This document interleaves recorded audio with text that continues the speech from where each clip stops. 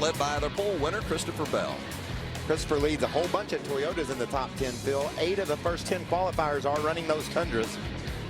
Got a couple Chevrolets right second row. Johnny Sauter's a very, very potent Chevrolet out of the GMS stable, along with Noah Gregson, coming off a top 5 at Martinsville last time out.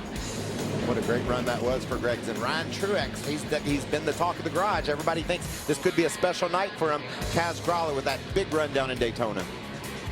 Brett Moffitt, a winner a year ago, and Ben Rhodes, who's a candidate to maybe get his first win ever tonight. There's Kyle Busch. You know you have to count on him to be a contender. He's back in row number 5.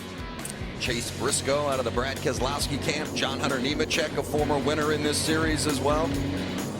See Grant Enfinger, Austin Cindric. We've got some really strong trucks all the way up to back to the top 25 or so, Vince. You can see any of these guys run up for a top 5 finish. Ross Chastain coming off a pair of top 10 finishes here in the Truck Series.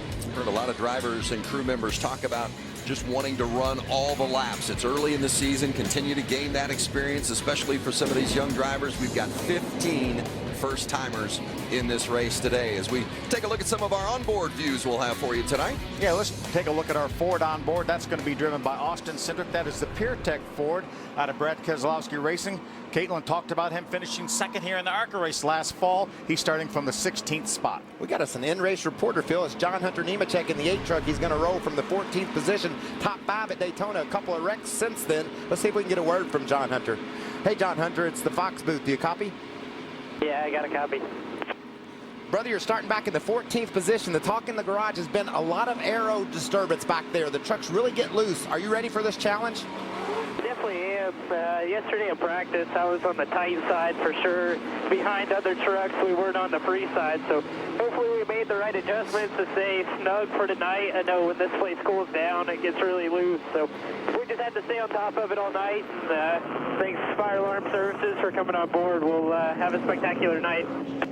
All right, bud. Thanks for talking with us. We'll check in with you later in the night. I appreciate it. Yeah, let's ride along with the Jegs on board. That is Cody Coughlin. That's the Jegs Toyota. Had 11th place finish at Daytona. That's his career best, trying to get his first top 10, and he will start that Toyota from the 13th spot. Talked about the trifecta for Christopher Bell from the front row again this week. Same truck, same result. He's going to roll his Sirius Toyota from the first position. Well, and before we get the green flag, we've got one to go on the pace laps. Let's get a final word from pit road, beginning with Caitlin. Well, Vince, Marcus Richmond, crew chief for Noah Gregson, a rookie in the field. How have you coached him on these restarts and not being too aggressive on them? Yeah, the switch Toyota Tundra has been fast. That helps a whole lot. Just watching a lot of video, you know, looking at notes from William last year. So he just got to go do it, learn for himself, and hopefully brings it home. Thanks. Good luck to you. Hermie? Caitlin, Joe Shear Jr. is the crew chief for Johnny Sauter. 15 rookies in this race tonight, but how can the experience of your driver help guide your team to victory lane? Well, these trucks move around quite a bit here with this little bit harder tires. We experienced that in practice, so I think experience is going to show here when you're trying to run wide open for a long time. I'm not sure these rookies know what moving around is, and maybe they don't know. Maybe that's better, but we don't know. But I think experience is going to play out. I think it's going to be, hopefully it's not as wild as last year, but if it is, experience is going to keep us out of trouble, and maybe we'll be at the end of this race. Vince? Thank you, Hermie.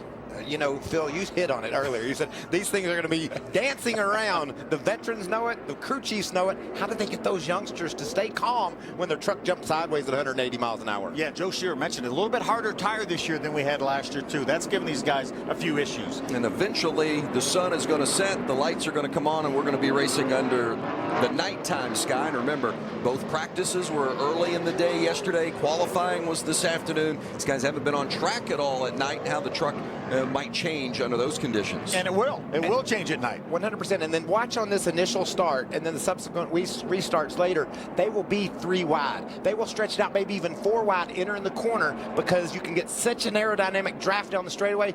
These starts and restarts are fun to watch. You got to be patient, but you got to be aggressive too. We got to keep all the clean air, try to stay up in the top 6 all day. Appreciate all the hard work. I'm glad it's finally paying off for us. Thank you guys. I'll do my best out here. Just keep our mistakes to a minimum and be there at the end. The Liberty Mutual Insurance pep talk.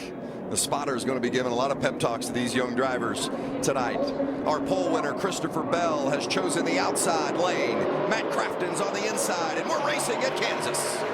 Slow start for Gregson in the 18. Back in row 2.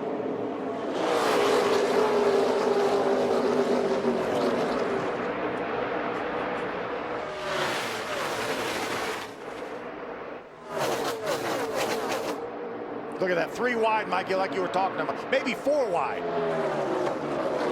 Finally, Bell goes to the point after a 2-wide battle with Crafton for the first 3 quarters of the first lap. Crafton's going to slip back to 3rd as Truex comes in for 2nd, and Bell leads the first lap at Kansas. Look at Ben Rhodes. He's way on the outside of the racetrack, finding some grip up on the high lane. Oh, it's tight. Contact between Gregson and Rhodes. I'm not sure Gregson knew he was there. He knew he had Kyle Busch, the 51 on his inside. Not sure he really knew that Ben Rhodes was there. You talked about enthusiasm. You talked about excitement. You saw it all right there from Ben Rhodes. He got a big run on the outside and was able to make it work. Man, that was a close call for Kyle Busch and Noah Gragson. Rhodes feels like he's got some unfinished business here at Kansas. He was battling for the win last year on the final lap when he made contact with Johnny Sauter. Both ended up wrecking, and it opened the door for William Byron to win the race. But Rhodes knows he can get to the front and be a potential winner tonight. See Johnny Sauter now taking over the 2nd spot. That's Johnny, the blue and white 21 from Ryan Truex in the 16, and here's Kyle Busch. Everyone talked about the lack of speed that 51 of Kyle Busch had yesterday in practice. We knew he would somehow figure out how to get to the front. And you know what he's doing? He's running an extremely low line, Phil. He's able just to hug that white line on the bottom. His truck is working well down there. That's where he's been making his passes. But check this out. I can't believe this wasn't a crash. We're riding along with John Hunter Nemechek in the 8 truck. You can see Rhodes. Clear all around. Rhodes was on the outside of Gregson. Gregson never knew he was there. Wow. Inside. That could have been right to big. the fence. Yes, that could have been big. That's what these progressive banks do for you. We talked about 17 degrees on the bottom, 20 at the top. You go further, but you pick up banking. That allows you to run that big, heavy truck a little bit harder through the turn using the banks. We see Kyle Busch moving around now. Remember, Michael, you're talking about him hooking the white line. The other end of the racetrack, he was up in about the 2nd or the 3rd lane. Now he's back to the bottom, taking a run at Truex. I've seen some sparks coming out from underneath that 51 of Kyle Busch until the air pressures come up on those tires. Busch has been talking about, and really with his crew chief, about how tight his truck has been throughout practice. And if they felt like they could free that truck up, it would be bad fast. But that's really what's been slowing them down through this weekend. You can see makes... Caution, caution, caution. Caution is out. Turn 4 here. The 17 of Timothy Peters. See Wendell Chavis with problems with the 49 truck. So Chavis, who had contact with the wall in practice. Never really completed a lap of practice. They got that truck repaired and got him out to qualify. But you can see obviously the right front tire is down on that truck and got into the wall, it looks like. You can see down in turns 3 and 4. Is that Chavis there? He's just going to slide up the banking. And you know, Phil, when you don't get any practice, there could have been a tire rub. Something definitely broke in the right front of that truck, just caused him to go directly into the outside wall, and that'll end his night. Yeah, and remember, he didn't even get a qualifying lap in today either, so these were his first real laps on track this weekend for the 49 of Wendell Chavis. 6 laps down, Christopher Bell has led them all, the only driver to lead in every race this season.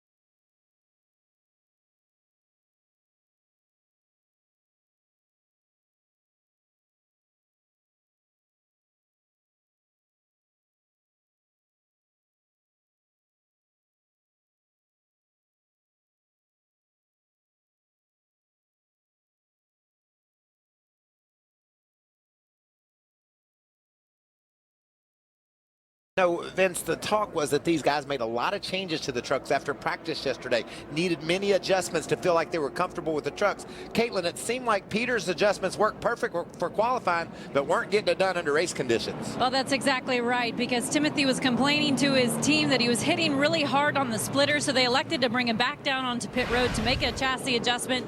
So obviously already pit stop for Timothy Peters early in the goings. Hermie? Well, Caitlin, the 16 truck is driven by Ryan Truex. You got to give that team a call. They have been fast this entire weekend, qualified 5th, currently running 4th. A little bit tight in traffic, but Ryan has said twice since the drop of the green flag, it's so nice to have a truck that I can do something with, and we can make a change to it, and the truck will adjust. They tested this truck last week at Charlotte, a brand new truck. This team has really updated its equipment. Shiki Hattori and this entire team really is high on Ryan Truex. They have high hopes for a great run tonight. Yeah, I think I was overdriving it a little bit there, just trying to keep it in front of Kyle, take his line away, just till we got settled down a little bit there. That's what we're here to do, learn. Got to race towards the end. What a nice combination, Ryan Truex and Scott Zipadelli, the crew chief. Talked with Shigi Hattori about them this week, and he's very excited about that combination and about the piece that they brought here this weekend, as Hermie was saying, a new truck. And how cool is it, Phil, when you make a plan, you upgrade your equipment, and you immediately see results? This is a great run for this team. He was 6th at Kansas last year. That's the best he's been anywhere other than Daytona or Talladega, and it's showing right now that they've got the speed to be even better than that tonight. Yeah, and a lot of talent within that team. Mike Gricci's over there, Fuzz is over there, so a lot of guys that have been around the garage and know what they're doing. Well, and Truex talked about maybe overdriving it a bit early on, and that's something we saw maybe Noah Gragson do early in the season, the first couple of races. It's tough to have patience at this stage, isn't it? Well, I tell you, this was back, straight back. This was crazy right here. There's not room for that 27 truck to get by there, but somehow they make it through it. Nearly clipped Kyle Busch when the Gregson truck moved over the 18. So what I like about Truex, though, Phil, he said he was overdriving the truck, but you couldn't tell it. He was in control. It wasn't sideways. He just felt like he could adjust his driving style to be more effective, more efficient on the racetrack. I like that he's learned that this early in the race. Could pay dividends later. And that might mean just backing up the corner a little bit. Ease off the throttle a little bit, not try to drive that thing down wide open and down to the center of the corner and try to make that time up off the corner. Ben Rhodes wasn't thinking anything about patience, was he? He was ready to go. He saw that opening on the outside, Wall on the right side, Gregson on the left. He said, I could squeeze through there. You know what I think, though? If you're a team manager, if you run that team, you take him back home and set him down and say, okay, son, what did we learn here? We almost ended our night before we really got started, and what did we benefit from it? You really got to be patient on these starts and restarts. We talked about how hectic and crazy they are. Maybe you can learn from that. Anytime you can almost have a crash, you get better without paying the price. Ready to go green. Pace truck is off. Christopher Bell chooses that outside again. He's led them all so far. Defending series champ Johnny Sauter on his inside.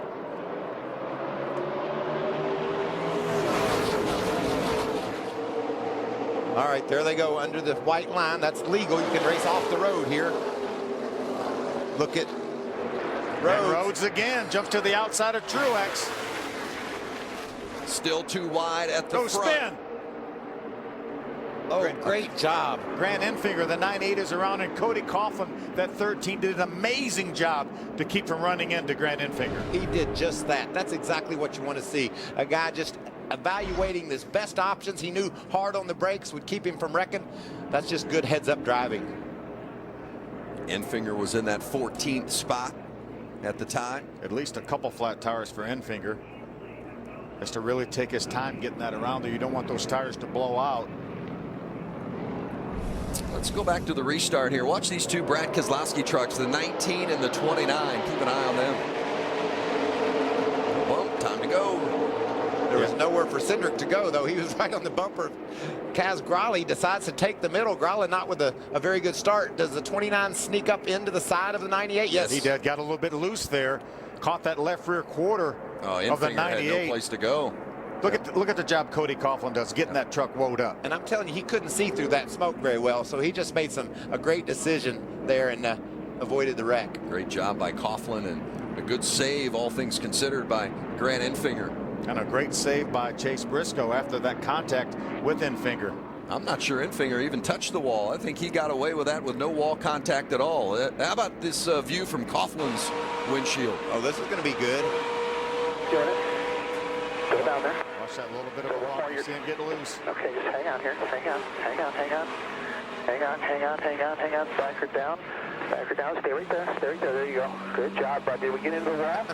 And how about Terry Cook, how calm he was while that was going on? So you know that's got to be reassuring to Cody Coughlin, having that calm voice in your ear. Yeah, and I talked to Terry Cook, and they're so excited about their truck tonight. They said it's the best they've been on one of these big tracks for Cody Coughlin. Second yellow early here at Kansas. UFC 211 prelims on FX. Former lightweight champion.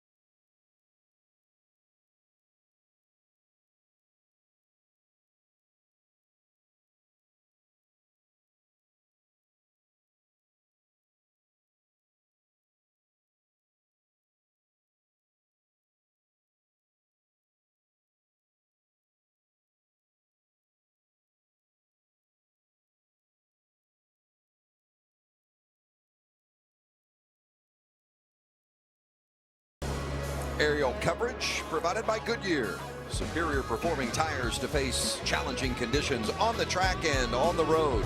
Goodyear, the official tire of NASCAR. A beautiful facility they have here in Kansas.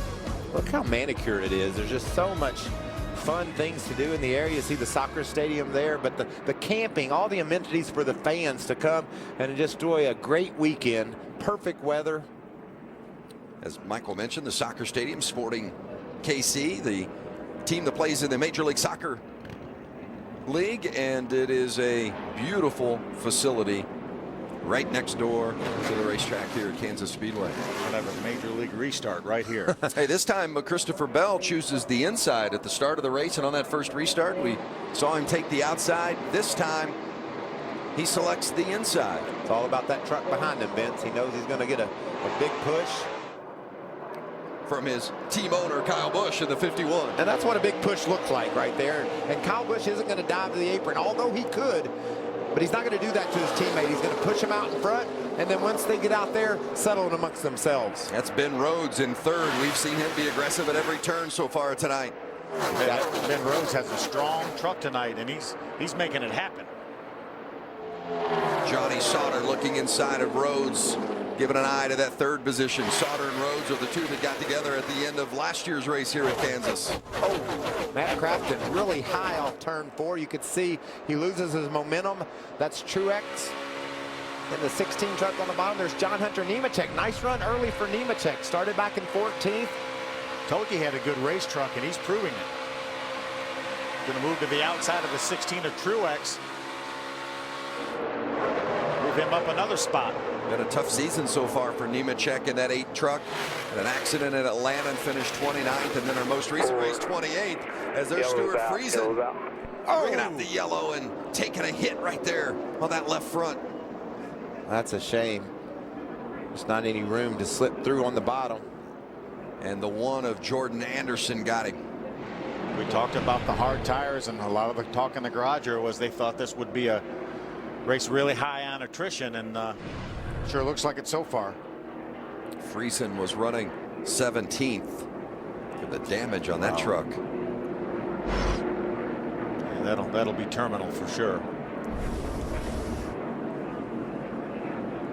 See what happens if there's any contact. He's actually following Regan Smith in the 92. Looks like he lost it there. Yeah, got loose getting in the corner. That's right. And look at the great job by the 99 truck. Yeah, Travis Miller did an amazing job to avoid him. And then Jordan Anderson just needed a foot. Just a foot, and he would have been by the Friesen truck. But instead, big damage to the front of the 52. I don't know that initial contact to the back would have done him a lot of harm, Phil. It's that. Yeah. Wow. So under caution for the third time tonight as the team takes a look at the 52 of Friesen and the one of Jordan Anderson.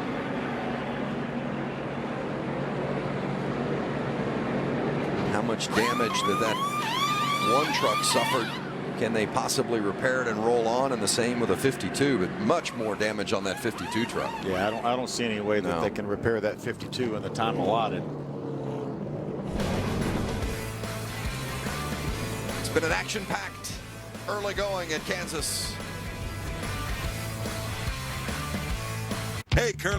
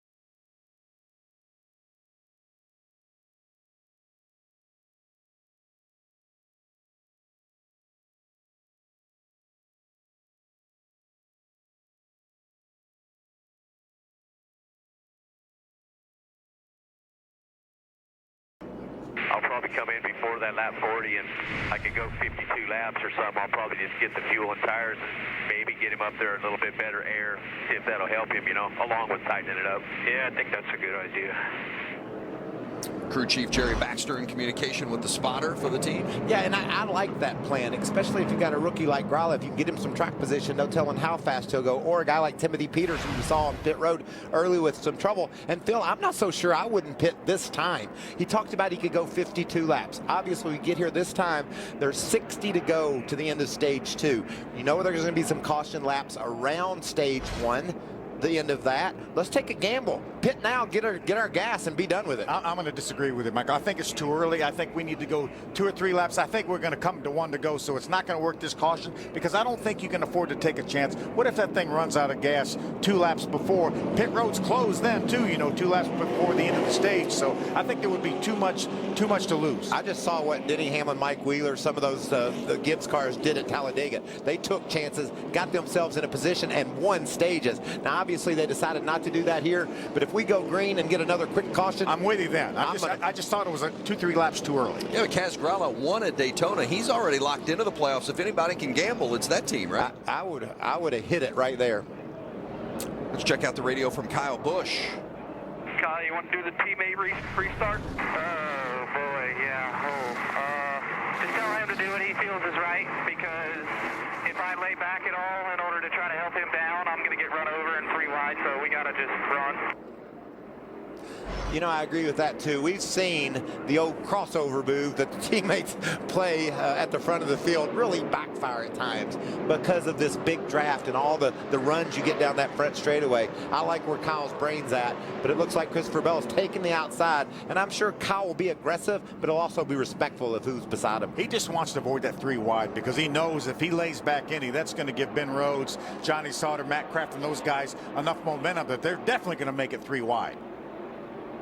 That's a good problem to have when you're up front with your teammate, as Kyle Busch is on the inside, and his teammate Christopher Bell, the race leader. Bell's led them all so far, won earlier this season at Atlanta, and he is flexing that 1.5 mile muscle again here tonight. Good start by Bell, but also by Johnny Sauter. He's able to put his nose out in front of Rhodes, but man, you said it, Phil. Rhodes has got a fast truck. He was able to drive past Sauter as they entered 1. And how about Kyle? He pulls out ahead of the 4 of Christopher Bell, but Christopher's going to fight back on the outside. Wow, 2 wide, 4 rows back, and then some. Look at Johnny Sauter's side draft Kyle a little bit. But then gives them some space when they get to the corner. That's what the veterans will do. They'll side draft you on the straightaway, but they know if they get right on your door in the turns, it'll make you loose. John Hunter Nemechek to 4th. He's in that black truck with that yellow hood on the front, trimmed in yellow right behind Johnny Sauter in the 21, and the 2 KBM trucks out front, Christopher Bell and Kyle Busch. I don't think it's a huge surprise. We've talked about the strength of Christopher Bell. We've talked about the amazing record that Kyle Busch has here in the Truck Series. Look at Kyle move to the inside. Maybe take a look at his teammate. Got the position. Can he close the door and take the lead? Yes. Kyle Busch. See sparks again. The 51 truck has been sparking from the initial start of the race. Caution is out again. Looks like Wendell Chavis has had another issue with the 49 truck. More significant this time. Yeah, I think I said the last time would do him in, but this time he's for sure finished. I think you're safe now. Yeah. Here comes some pit stops, I think, Phil. Oh, absolutely. Now is the time to do it. Now, especially, you know, if you're in the back and you know you can't get up there and win stage 1, you're now making a play to win the race.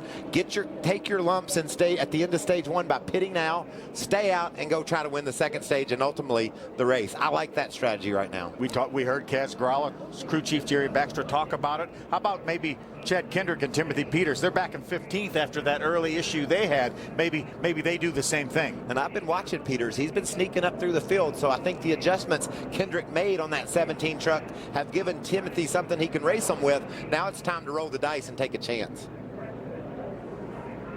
Let's take a look at the situation with Chavis again. Same spot on the track. Looks exactly the same as it did that first time. Whatever was rubbing continued to rub, it looked like. Friesen has already gone to the garage, and he will be joined by the 49 of Chavis as they put him on the truck. Pit road is still closed because the 49 truck is sitting right at the entrance to pit road, so it will probably be a few laps before they open pit road. Now you got to remember, these guys racing for a championship, some of them have a reason not to pit. They know there's stage points available, even ultimately a stage win. So if you're up in the top 5, I don't think you peel out and pit here necessarily. I think outside the top 10 probably would be something you need to think about. Expect to see some pits when we return.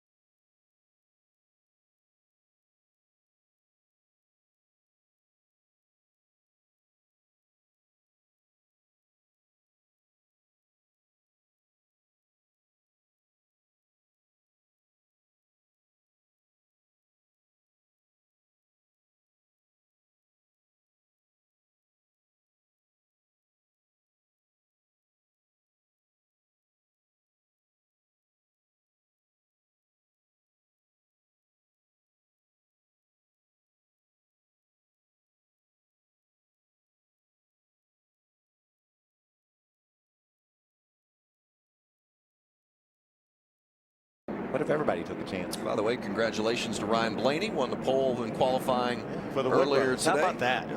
Starting on pole tomorrow night. He's been really fast this year. Second place finish at Daytona for Blaney.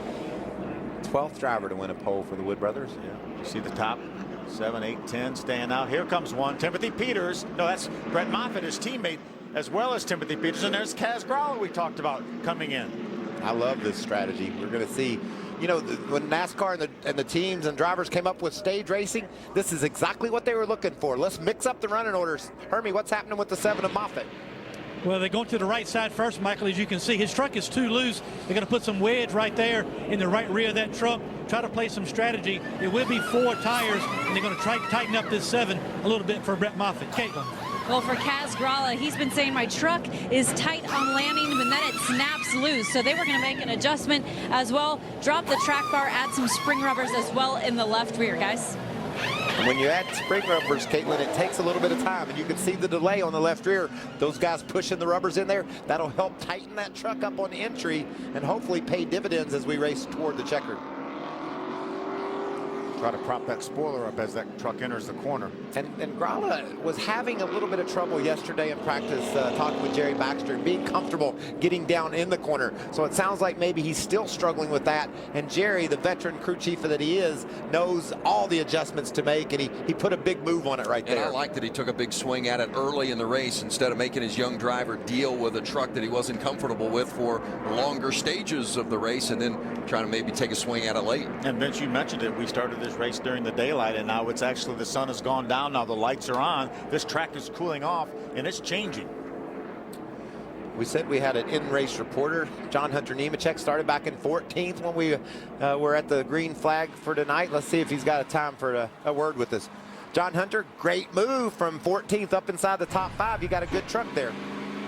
Yeah, it's not too bad. Our fire alarm service at Chevy is pretty good on restarts, and that's what it's going to take to win this race, I feel like. So we'll adjust on it here at the first pit stop and see how it goes from there. Are you surprised about how you're handling in traffic? Has the thing swung toward being loose in the back or tight in the front? I'm more on the snug side, tight side, just like I was in practice yesterday. So I'm glad that we left it on the tight side, because I know there's quite a few guys complaining loose, and that's not very fun to drive around here in Kansas. All right, thanks. We'll talk to you later. Thank you. So that's John Hunter Nemechek. He's running in the 4th spot. There's the 13 of Cody Coughlin back in 12th. Yeah, that's the Jegs onboard. Did an amazing job avoiding the spinning truck early in the race of Grant Enfinger and stayed on the racetrack. Didn't even flat spot his tires. Right now running on 12th spot, trying to save a little fuel. And that's good practice. We know if he's going to pit on lap 40 at the end of the first stage, he doesn't need to save any fuel now, but it's good practice, because they say that with the stage racing that races cannot turn into fuel mileage races, but they certainly can, because we saw some guys pit early. We're going to make it to the second stage more than likely, and at the end of this race we're going to have an 80-some lap segment. I've always heard you only have too much gas if you're on fire. Any other time, all the gas you can have on board means you've got more options as you race toward the checkered. And you can see all the young drivers are every driver out there is trying to save fuel just for insurance purposes. Plus, if you got more in there, it doesn't take as long to fill it up when you come to pit. So how about the two different strategies that we've had? We've seen already with guys coming to pit road and the others that have elected to stay out. And you can go under green flag conditions about 50 laps, 50 to 54 on fuel. Yeah, most of the guys say that the fall off on the tires is not too great, so track position is critical. So the guys that pitted just now, I think they're thinking more of where they're going to be when we restart for the start of the second stage. They're looking at the next stage, not this stage. We've got 11 laps to go in stage 1. We'll take the green with just 10. And if there happened to be another caution in the middle of that, that would really play into the guys that just pitted hands, because they wouldn't have hardly any green flag laps on their tires. You're talking about a fuel mileage race. I mean, enough yellows, and depending how they fall, any race can become a fuel mileage race, right? Without a doubt. Let's go back downstairs, get a quick check-in with Hermie. Well, Vince, we've seen all year long, especially here tonight at Kansas, how important restarts can be. We've got a restart zone, and we've seen a lot of gamesmanship in that zone area. Well, right there is Chad Little, NASCAR official, former driver. He is in this pit box looking at the restart zone. He is the official that radios to the tower if a restart is good, or if a restart needs to be reviewed, or if he has an issue with what the leader does once they get to that restart zone. So we'll watch Chad right here when they come ran for this restart and see his reaction and how he NASCAR's radio to approve these restarts. That's good work, Hermie. I like this angle. We're going to see just what NASCAR sees and how they officiate these restarts. This could get more and more critical as this race goes forward. Kyle Busch in the lead, so he's the control vehicle to start this restart, and he gets a nice jump. And you could see the white lines on the bottom of the racetrack. Kyle was clearly in the zone when he made that nice jump and pulled way ahead of the field. Bell being challenged for second by Johnny Sauter on the inside. Nemechek and Crafton along with Ben Rhodes filling out the top 5. Remember, there's a lot of points on the line here in about 10 more laps. Oh, again, Rhodes running that high line. And the yellow is out again.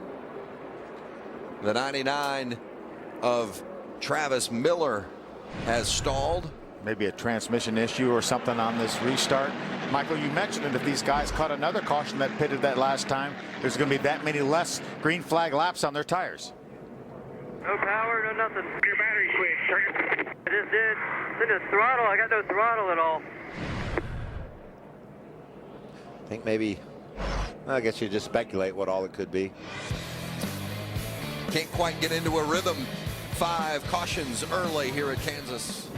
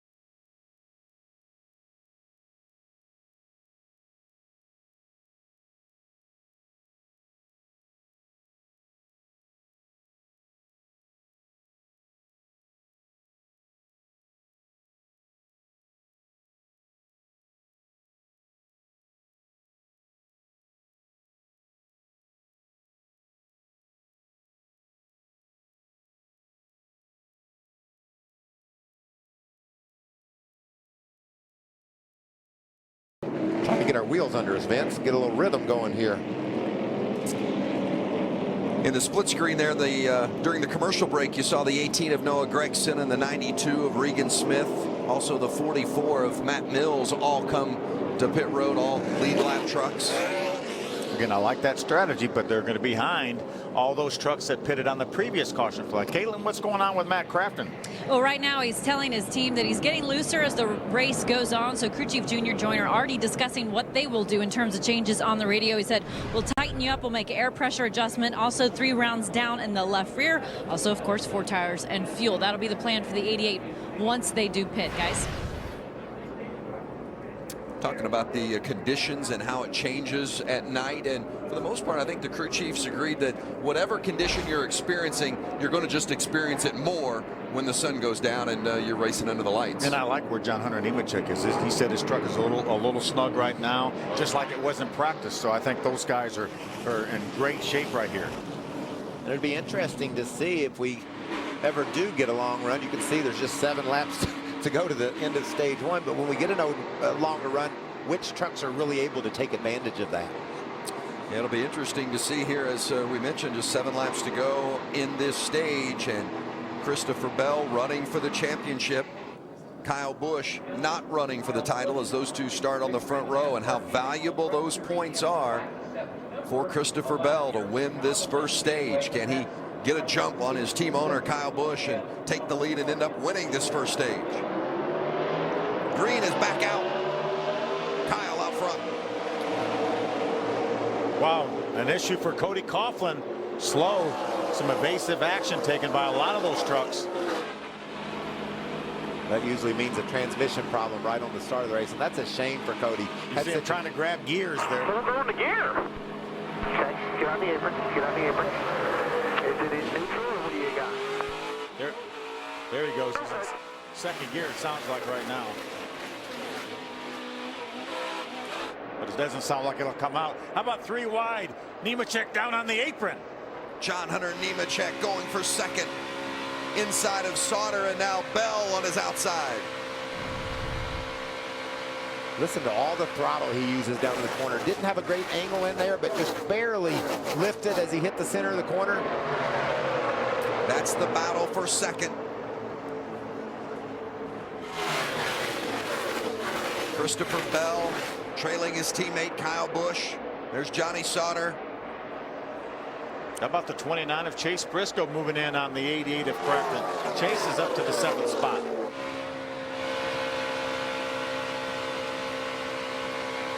On board with John Hunter Nemechek. He's had a good stage 1, currently running 4th. Coming to the line this time, there will be 3 laps remaining in this first stage. Kyle Busch continues to lead. He's leading Christopher Bell and Johnny Sauter, who are both looking for a playoff point here if they can get around Busch. You keep those playoff points forever, Phil. You're going to take them to Miami with you if you can get them here in Kansas. And remember, Kyle Busch not eligible for the playoff points, not eligible for points at all. Certainly his truck is as an owner, but not as a driver. Bell trying to close the gap.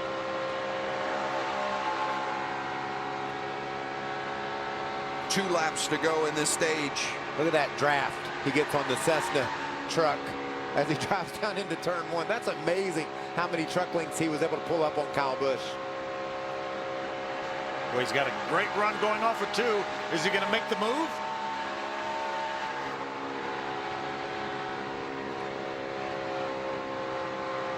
Just playing with the throttle just a little bit there. You see him lose a little bit of ground to Kyle, about a truck length and a half. It looks like maybe Christopher Bell has a better truck down in turns 1 and 2, and Kyle's is better in 3 and 4. He's able to put a little gap on him.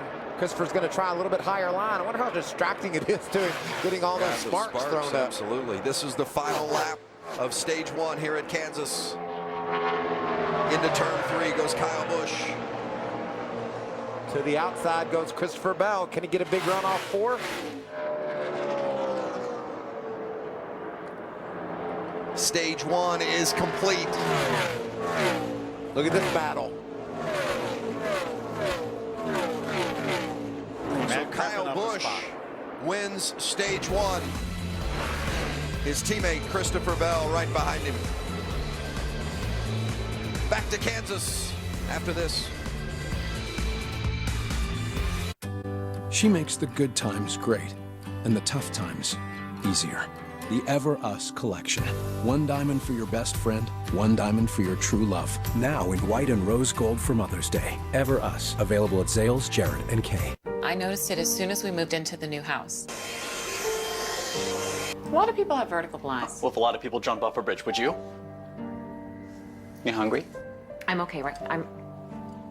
I'm becoming my mother. It's been hard, but some of the stuff he says is actually pretty helpful. Pumpkin, bundling our home and auto insurance is a good deal. Like buying in bulk.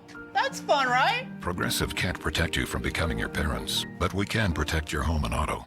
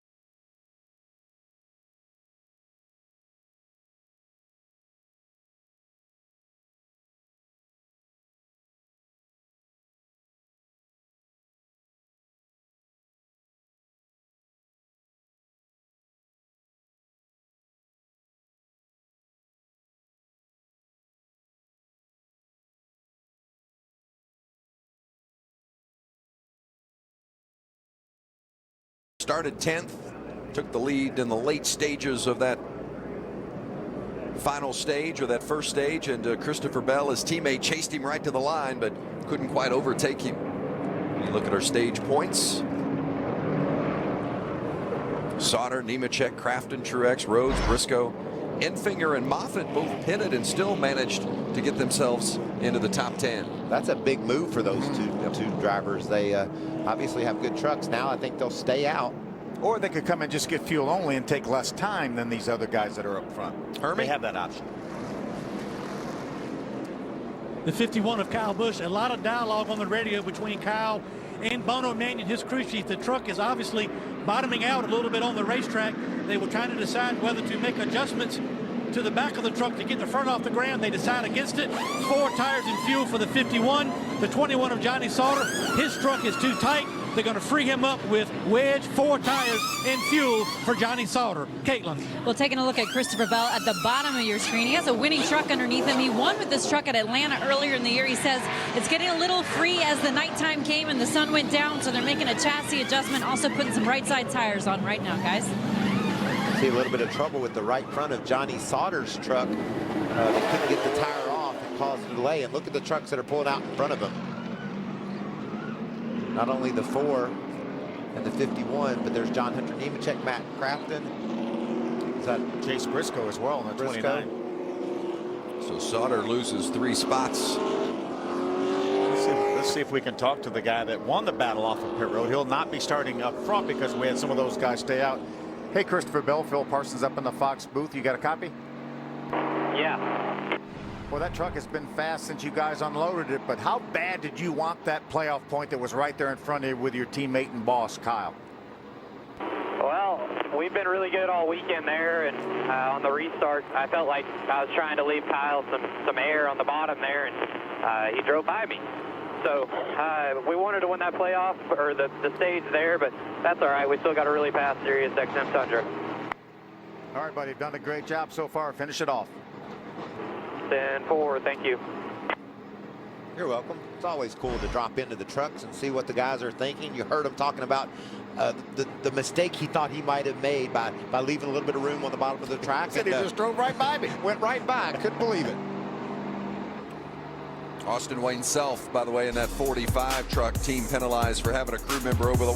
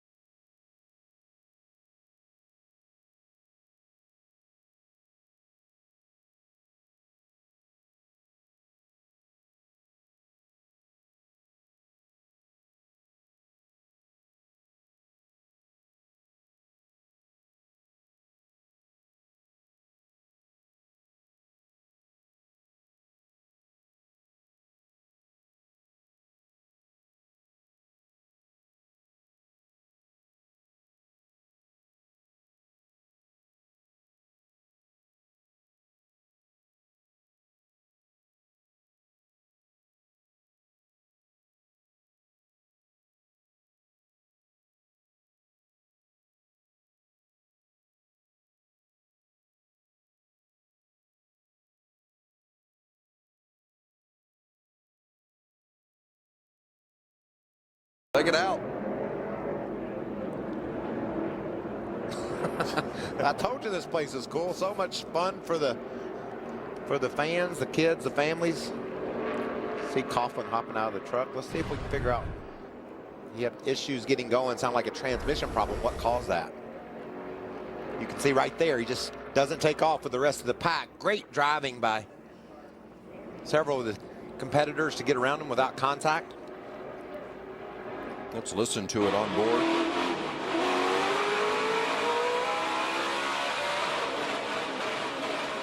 Trying to go into third gear, and it just never went into third gear.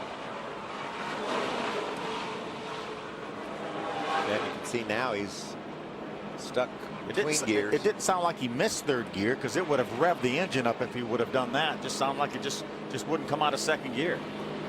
Yeah, and that's a shame, because that's as good as we've seen Cody be able to run on these bigger tracks.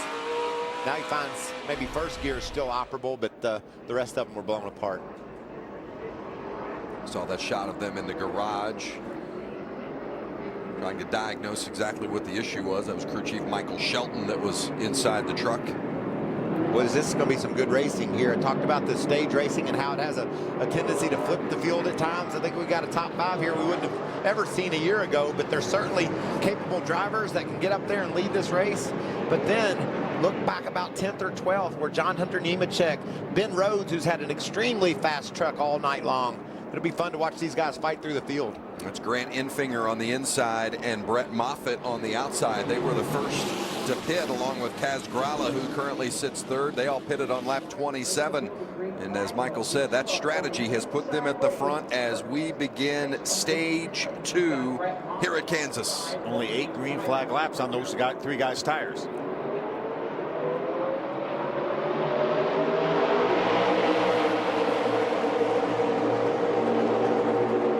Moffitt trying to hang on as Enfinger goes to the point, and now Grala and Moffitt side by side.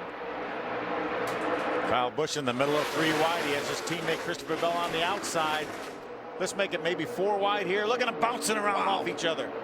Oh yeah, 4 wide. There it is, Phil.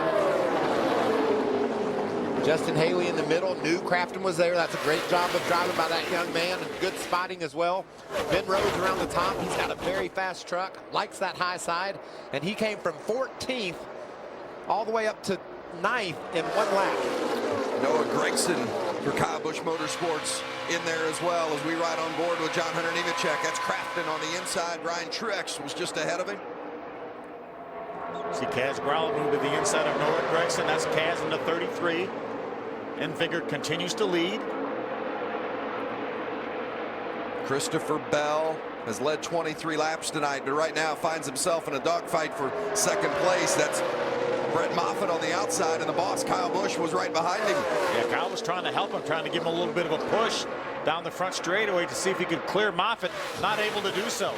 I would pay money to watch Ben Rhodes. It's been so fun to see him hang that high side. He's going places where the other drivers aren't, and he's making it work. There's Rhodes in that 27 truck, currently sitting at about the 5th spot. He's going to grab another position. That's Chase Briscoe, the blue number 29 on the inside. See Kyle move up to block his advance on the high side. This is fun stuff. And look how fast he is through the middle of the corner, Phil. He's a great truck. He's had a good truck all weekend. Remember, top 5 in Atlanta for Ben Rhodes. Is it pretty obvious that these guys have been sitting around wanting to race for about 6 weeks? Because they haven't come off that gas pedal at all. Nemechek and Haley for 7th. Look how far back Matt Crafton is right there at the tail end. He's outside the top 10 right now, running 12th. Crafton, 2-time winner here at Kansas. Started on the front row tonight.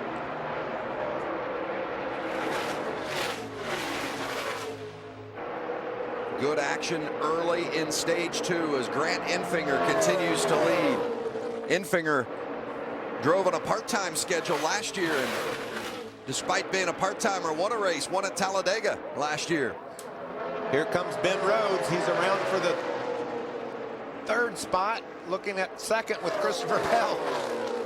I've never seen a truck cut through the field so fast. This is going to be a battle here between Christopher Bell and Ben Rhodes.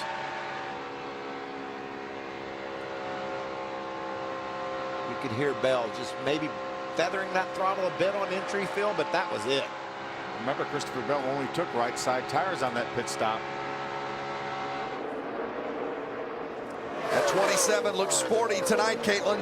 He certainly does. We've been talking about Ben Rhodes quite a bit, and I had a chance to talk with his crew chief, Eddie Traconis, earlier today. He said, I feel like Ben is a completely different driver than what we saw a year ago. He's calmed down a bit, lots more maturity out of him, and also gaining more confidence in himself. And we're seeing right now 18 lost a tire there on track, but Ben Rhodes saying right now he's just a little bit tight, but the truck really starting to come to him. Thank you, Caitlin. And as Caitlin mentioned, the 18 of Noah Gragson having to come to pit road. He was back just inside the top 20. Looked like Christopher Bell had just taken the lead from Grant Enfinger just as the caution flag was displayed. Gragson had been right up there in the top 5 we mentioned earlier. Since this restart, was up there in the mix and then faded as that tire became an issue. He realized he had a flat right rear tire already, and the carcass just came off. See, the inner liner held up though, and that allowed that truck to get to pit road. How impressive was Gragson on the short track in Martinsville? Just did an amazing job. And when you can battle these truckers and have a run like he did up there, you can race them anywhere. Just finished his high school academic responsibilities. High school graduate, will move from his home in Las Vegas to North Carolina to be closer to the race team, Kyle Busch Motorsports.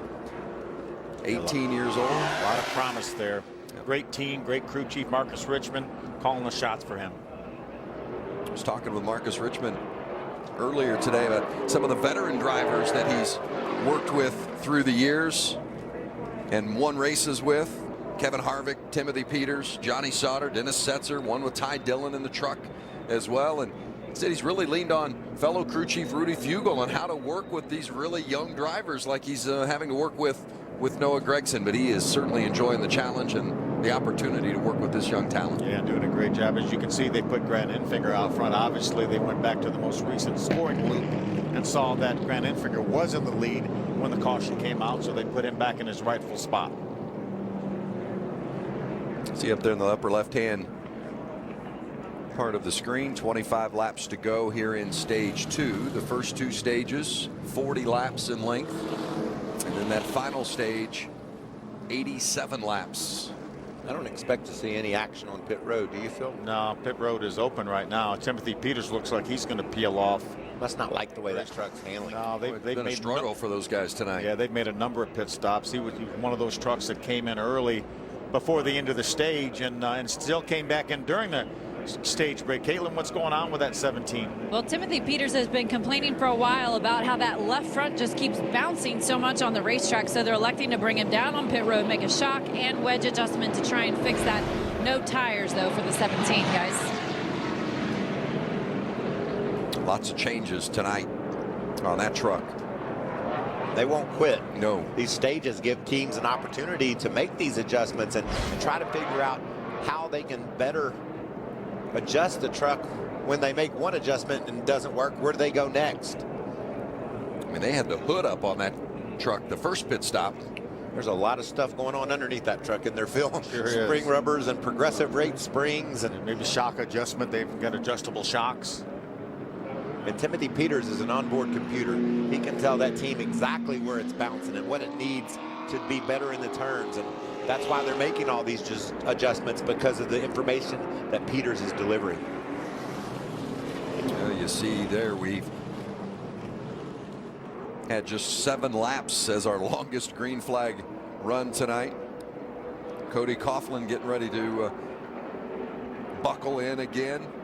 It's just a chance to learn. Get some more experience. Yeah, get some laps. I talked earlier about how good that truck was in practice and him being as comfortable as he's ever been on the bigger tracks. Needs to go out there and take advantage of it. See what happens when he pushes it and it gets in traffic. I like getting back out there. Remember Grant Enfinger, that orange truck there, he spun early in the race on lap 11, brought out a yellow. Now he's in the lead as we restart. 23 laps now to go in stage 2. He's getting a good push from Kyle Busch on the outside. Kyle's teammate Christopher Bell on the inside. Kyle's got idea to go on the outside, but decides to tuck in behind Infinger. Grant's doing a great job, man. Got loose early, and now he's finding himself up battling for the lead. Bell and Infinger side by side, and Bell takes the lead, and Kyle Busch shoots around on the outside for second. Well, Grant got passed on the inside and the outside in that corner. Trying to get back in line and find a hole up in the top 5. He's got John Hunter Nemechek in that yellow and black number 8 truck on the bottom. Here comes Chase Briscoe in the 29. He's running high. Yeah, he's not afraid to run the high side. He was telling me earlier today that he really ran around from the middle to the top and was very comfortable up there.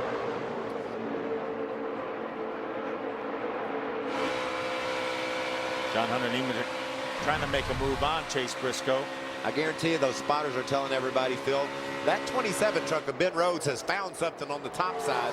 Maybe get up there and look around. I think there's a groove up there. Kyle Busch still bottoming out. We heard him talking about that during the pit stop and whether or not they were going to make an adjustment to get the rear end of that truck up off the ground or not. They decided not to, so we continue to see those sparks out beneath the 51. Not slowing him down any, it seems, though. What an impressive run by that 27 of Ben Rhodes, right up there with the 2 KBM trucks. We talked at the very top of the show. KBM trucks have dominated the mile-and-a-halfs at Atlanta this year that we've had, and here they are running 1-2, but Ben Rhodes right there with them. Well, remember he was racing for the win here a year ago, so he knows how to go fast. He has a great truck tonight. They make the right adjustments. It'd be interesting to see if he can do anything with those Kyle Busch Motorsports Toyotas. Christopher Bell, 22 years old, from Oklahoma, won earlier this season at Atlanta in dominating fashion, won the pole at Atlanta, and then won stage 1, won stage 2, and for good measure took home the trophy at the end of the night, as Michael calls it, the trifecta. Remember, Kyle was good there too, led over 20 laps, but had a flat tire, relegated him to a poor position, and that truck of Ben Rhodes, we've mentioned it before, was in the top 5 also. Chase Briscoe down on the bottom of the racetrack trying to make the move by the 98 of Infinger. Infinger did a nice job. He got put 3 wide, Phil, and was in jeopardy of falling out of the top 10, but he was able to get up on the high side and maintain a top 5 running spot. Those are our 2 most recent ARCA champions battling. 2016 for Chase Briscoe, 2015 for Grant Infinger. That's the battle for 4th.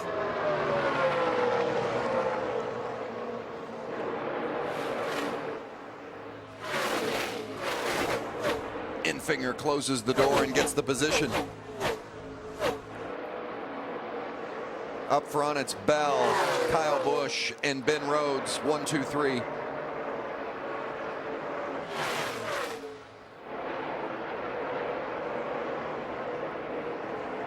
Kyle Busch has won 46 times in the Truck Series. He'll run a few more races in the truck this year. He'll run at Charlotte in a couple of weeks, then Pocono and Michigan. They might add a couple of races to that schedule. There's been a little bit of talk down in the garage area.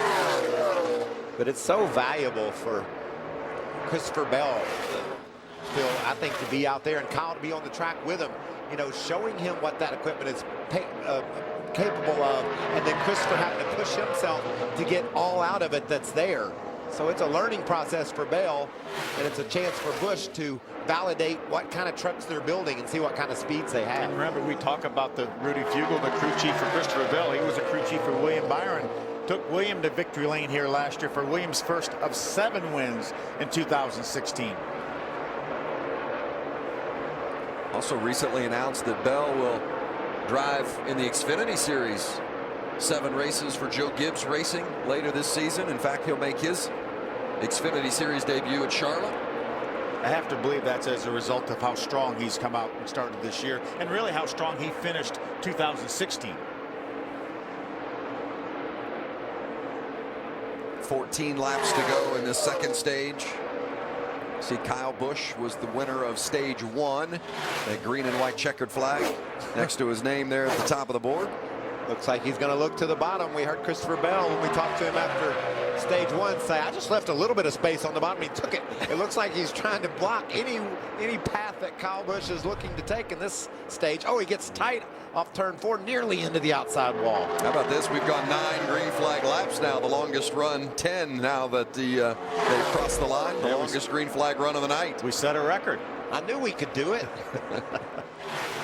I think right now Kyle has a little bit better truck than Christopher Bell, but Christopher's doing a great job of taking Kyle's line away from him. Ben Rhodes is hanging right with these guys. He has been really strong on the top of the racetrack, and I think he sees Matt now. He might need to be able to run the bottom if he's going to get around these two. And you can see when he ran the bottom, look at all the momentum he lost. The truck just is too tight to operate down there.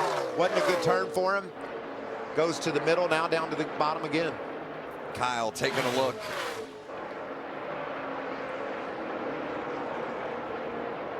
I bet you Kyle Busch is having fun and Christopher Bell is annoyed.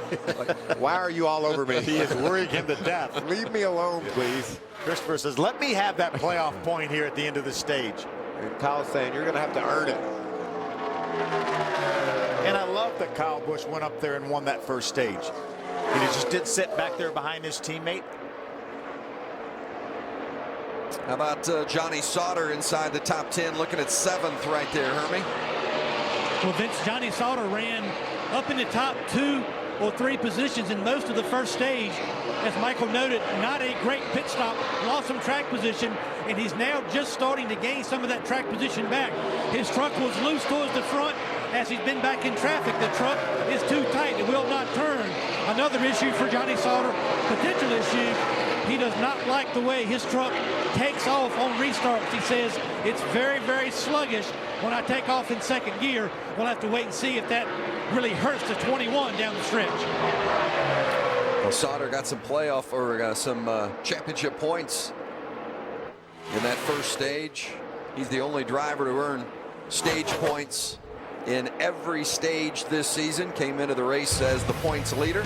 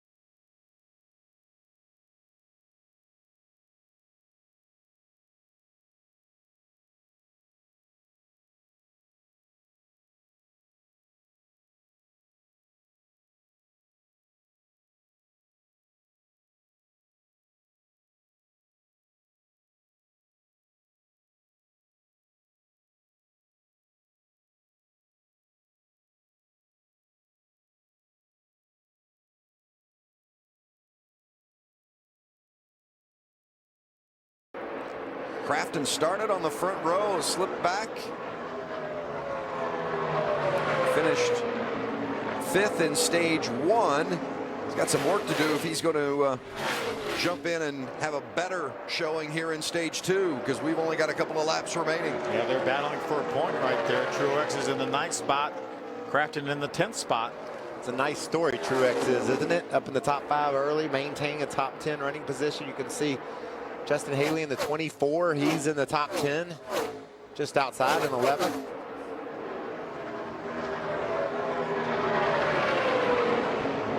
The leaders coming across the line. 2 laps to go in this stage. Pit road now closed. Everybody digging for each point they can get here at the end of stage 2.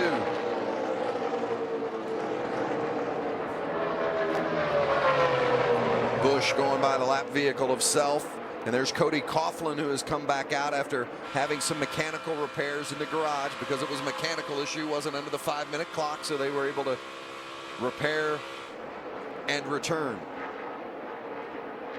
Crafton, big save by Matt Crafton. Probably lose another spot. Yeah, that's going to open the door for Haley. Good catch. Inside 24. You're clear. 1 to go. One more time. Wow. Good catch is a great way to describe that save. Wow.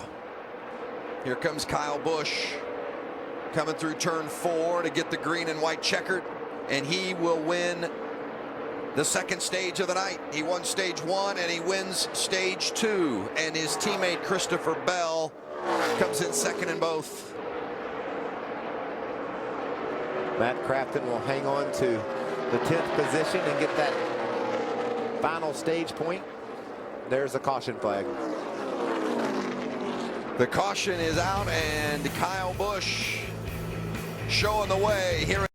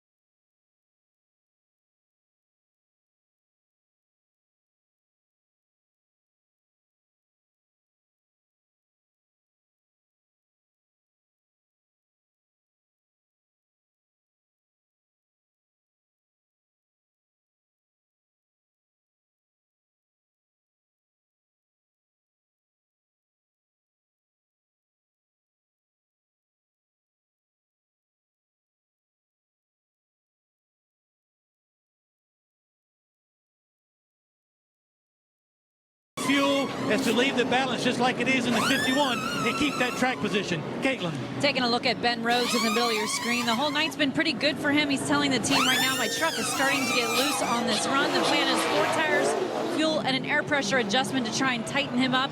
As far as Christopher Bell goes, at the bottom of your screen, he says, I feel like it gets more free right when someone is on me, so let's make it tighter. Rudy Fugel saying, you really are doing a great job. Just keep learning. We'll keep giving you the adjustments that you need. Well, it was interesting through stage 1 and stage 2. The top 10 were the same, just in completely different orders, but there was no change at the front. Kyle Busch was the winner of stage 1 and stage 2 and is the first one off pit road after getting those 4 tires. But I've been impressed with Ben Rhodes. Man, that guy's, he's getting after it tonight, Mike. Man, he's been fun to watch. Let's see if we can catch a word with Ben. Hey, Ben, it's Michael Waltrip up in the Fox booth. Do you copy? They're talking to you on TV. Yeah, it's me, Michael Waltrip. Ben, you copy? Got you, Waltrip. Brother, you've been so much fun to watch. You're blowing off the top side, making moves around this place. Great job tonight. What is it going to take to close the deal and get those 2 KBM trucks in your rearview mirror? Well, I got to say it's pretty tough. I mean, we have a fast, safe white Tundra, but, you know, I got to a long run there. My crew chief made some adjustments to make me fast off the start. Worked really well, but once Busch saw my line, I think he moved up and found that middle group where they drug the racetrack and prepped the surface. Worked really well for us. We just needed to restart on the outside and have some clean track, and I think we got this. I got to tell you what, I'd pay to watch you tonight. It's been a great run. Close it out for us. Thank you very much. I appreciate it. Ben Rhodes was 7th in stage 1 and 4th in, third in stage 2. So it's been a pretty successful night in the points category for Ben Rhodes this evening. Christopher Bell scored the most points, but he's trailing the boss, Kyle Busch. We get the final stage underway when we return. Saturday, it's baseball at its best.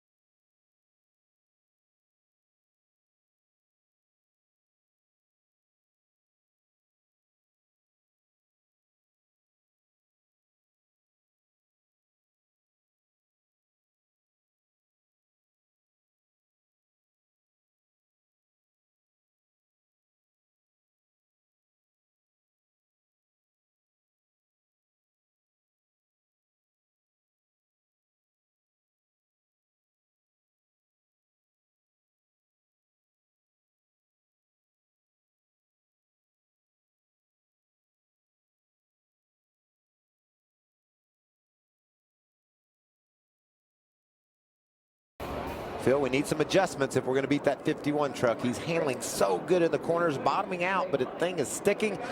Whether you're Christopher Bell or Ben Rhodes, Johnny Sauter, hopefully you got the right adjustment so you can go after that 51 truck. Kyle Busch on the inside, Christopher Bell on the outside. What a great jump Kyle Busch gets at the restart. What a good start for Ben Rhodes. He just pulled right up on Kyle Busch's bumper and drove by Christopher Bell, at least getting in turn 1. See John Hunter Nemechek, he flared out in that black and yellow truck right at the start-finish line to try to make some moves. Oh, Rhodes is there. Rhodes taking a look on Kyle Busch. Busch tried to get up, but Rhodes was already there. Ben Rhodes trying to get the lead from Kyle Busch. Don't let him roll you up the hill on this entry. Is that 5 wide I counted in the backfield? I'm too busy watching Ben Rhodes trying to take the lead from Kyle Busch. Inside. Oh, that's Travis Miller. Spin it down, stay in the gas. And the yellow was out. Down there. Good job.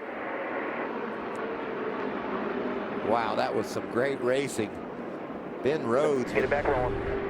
Power move up on Kyle Busch. These are the kind of nights that put a kid like Ben Rhodes on the map, isn't it? Sure does. Well, maybe he caught Kyle by surprise there. It looked like Kyle wanted to move up and block him. It was like, whoop, too late.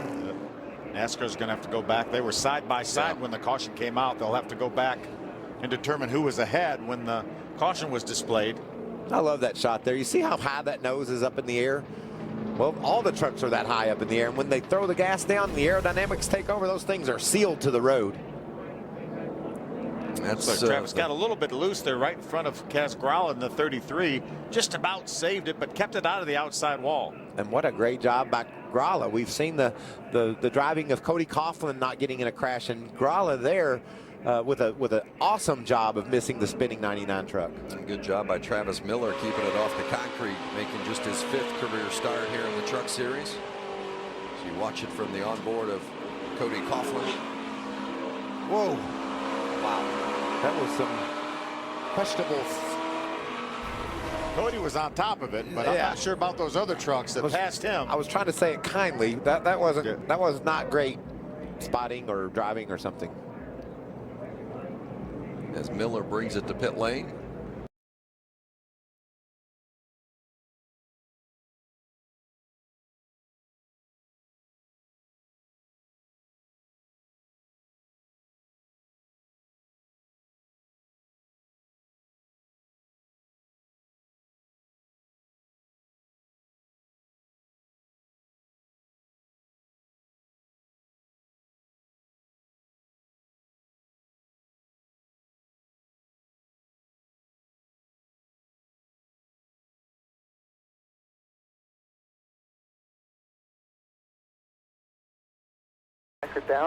Back her down, stay right there, there you go. Good job, bud. Did we get into the wall? Excellent job. You guys all need to thank Cody Coughlin a personal thank you note for not wrecking that truck. Couldn't agree more. What an awesome job. I don't think Cody can answer. Made him a little bit nervous, I think, over there off turn 2. Good look at the spotters.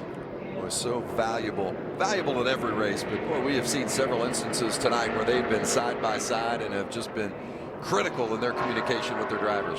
The Liberty Mutual spotter coverage helps the drivers worry less, but it makes those spotters worry more. Could you imagine trucks spinning at 150, 60 miles an hour, smoke rolling? You got to figure out how to tell your driver to navigate through it. It's a tough job. And you have to guesstimate which way those trucks are going to go. Are they going to stay up high, or are they going to shoot back down the bottom of the racetrack?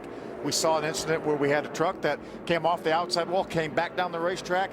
Jordan Anderson made the commitment to the inside, caught that truck as he came down the racetrack. 1 week from tonight, be back under the lights here on FS1. The NASCAR Camping World Truck Series will be in Charlotte. Full throttle in NASCAR's backyard. It's the North Carolina Education Lottery 200 next Friday night. Green flag drops just about 8 Eastern. See it only on FS1. Talk about an education. These teenagers racing at that Charlotte Motor Speedway with those big banks and fast speeds, they're going to learn a lot. Well, Ben Rhodes, he's our new leader. Caitlin? Yeah, and the spirits are pretty high right now for the 27 team. Excitement about passing Kyle Busch, but here's what Ben Rhodes had to say about Kyle. I've got to talk to Busch about how he restarts, because, like, he gets so much of a run. And you know, I'm studying, I'm trying to learn. I've listened to him, I've restarted next to him several times, and he's just so good. But Eddie Troconis, the crew chief for Ben Rhodes, very complimentary on his driving tonight, but said stay focused. We got a long way to go. Save fuel, keep that engine cool, guys. And Eddie Troconis, she mentioned, the crew chief for Ben Rhodes, used to work for Kyle Busch Motorsports, so certainly knows all about the talents of Kyle Busch, and this is exactly what she was talking about. Watch the way Busch launches on this restart. And you know, his launch there gave a big start to Rhodes. He was able to follow along with Kyle and get that gap on the outside 4 truck of Christopher Bell. Ultimately got him to second, and then he passed Kyle Busch and took the lead. I have an observation from my brother, Darrell Waltrip. He obviously has seen a lot of races over the years, and he said, I think Kyle's truck has more downforce. And remember, that makes a lot of sense. He qualified back in the 10th position, so single truck speed wasn't there for him, but as soon as they threw the green flag, he was able to cut through the field. We saw big runs from Christopher Bell onto the back of that Beechcraft Cessna Toyota, remember, down the straightaway, so maybe a little bit more drag on the 51 truck, and that's why he's able to go through the corner so fast. Heck, maybe that's even why it's dragging the ground, because it's sucked so well down. And that's such a fine line too, because these guys want to trim these trucks out to get the speed, because we talk about them running wide open in qualifying, but you're not going to run wide open every lap in the race, and that's when you need that downforce, and that's why I think Kyle Busch's truck is so good right now, just like you're talking about. When Travis Miller spun and brought out the yellow, Kyle Busch and Ben Rhodes were side by side, but NASCAR has deemed that Rhodes was ahead by just a nose, so he will be the lead vehicle as we restart. Rhodes on the outside, Kyle Busch inside. That's a great case right there. Ben Rhodes went first, and look at that 51 of Kyle Busch pull out a truck length ahead. It looked like maybe just a little bit of tire spin maybe for Ben Rhodes in the 27, and that cost him the lead. Now will it cost him second? He definitely does not want that 4 truck to get in between him and Kyle Busch. But that groove right there through the middle of the turn, that's where Rhodes has been so good. And look, he makes it work. Stacking up back in about the 5th spot. One of those Red Horse trucks. Looks like Brett Moffitt stacked the entire field up. Look at that wad of trucks right there. You didn't think I was serious when I said 4 wide, did you, Phil? Oh, absolutely. Busch and Rhodes battling for the lead. Wow, that was a great move by Rhodes to get to the inside of Kyle Busch. And look who's joining this party. Johnny Sauter. Good pit work for Johnny. Gained a spot on pit road up to the 4th spot.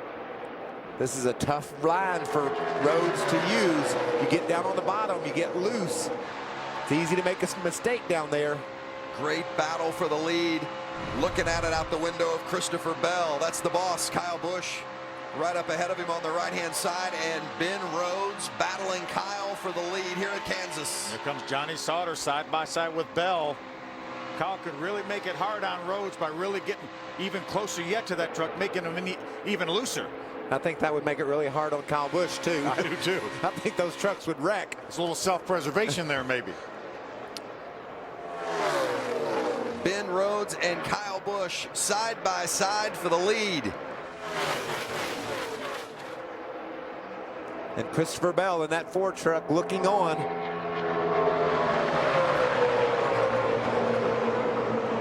What a great battle. Ooh, a little bit of a wiggle. Yeah, absolutely. Good save. Yeah, you don't get too many of those down on the bottom. Sauter moving up now to contend for 3rd as he pulls side by side with Christopher Bell. I like that move by Rhodes. Let's move up off that bottom for a lap or 2. Maybe get settled back down. Try to make another run at Busch.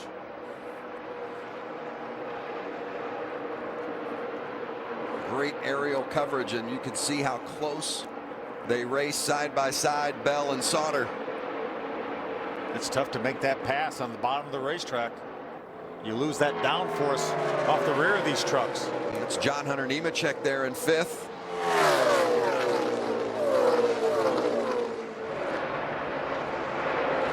Oh, we've seen those sparks coming out from underneath Kyle Busch's car all night, dragging the bottom, but it seemed to slow him down, and he has been out front for 41 laps tonight, the most laps led. And Rhodes staying right with him, though. Long way to go here. I think it's still 70 laps to go. I think we've got some great talent running up toward the front. And just to tell you how tough this series is, look at two-time winner here at Kansas, Matt Crafton, just on the back half of the top 10, racing along with Grant Enfinger. I think I'm a little bit surprised that Chase Briscoe hasn't shown more pace tonight as well. We talked about Ryan Truex. He's currently running 7th in that white 16 truck, just behind Timothy Peters. Peters has made some adjustments and gotten himself into a competitive position.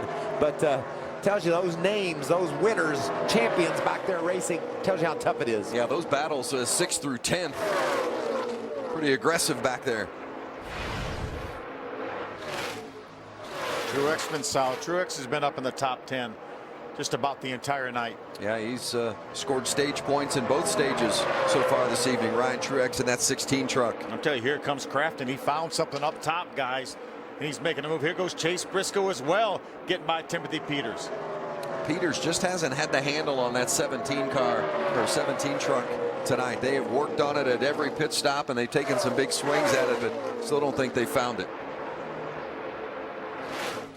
I talked about champions. Matt Crafton is a NASCAR Camping World Truck Series champion.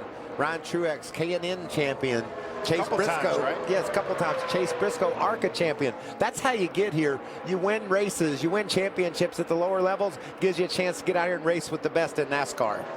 There's Briscoe making the move by Crafton to take over the 6th spot. Looks like Christopher Bell has closed in now on Ben Rhodes. Ben's truck was really fast on the initial start, but it looks like it might be fading a little bit here in the longer run, Phil. Remember, Ben said his crew chief gave him some short run speed, but he was starting to get a little bit loose towards the end of that stage.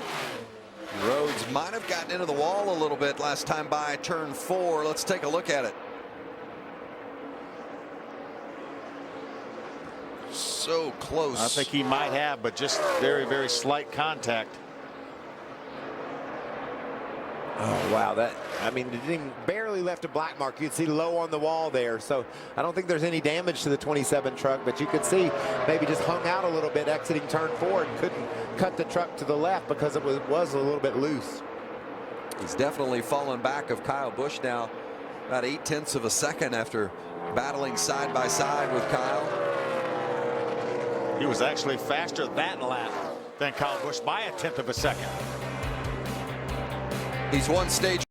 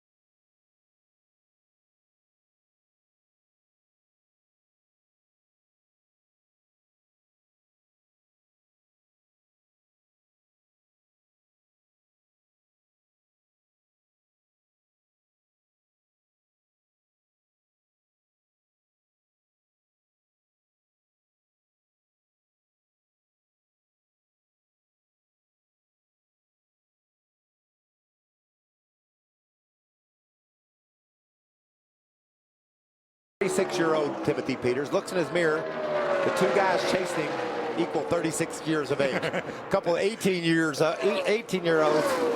after the veteran, the winner, Timothy Peters, and they're doing a nice job. They sure are, but Timothy isn't giving up here. Just drove it hard into the corner on the outside and drives back up beside Haley and clears him by the time they get to 3. And when Timothy Peters watches the rerun of this race, which he will because he wants to study it and see who does what and what kind of moves were made to be successful, he'll say, thanks a lot, Mike. I really didn't need to hear that. One of those 18-year-olds just got past him and closed the door. That's Justin Haley in the 24 truck.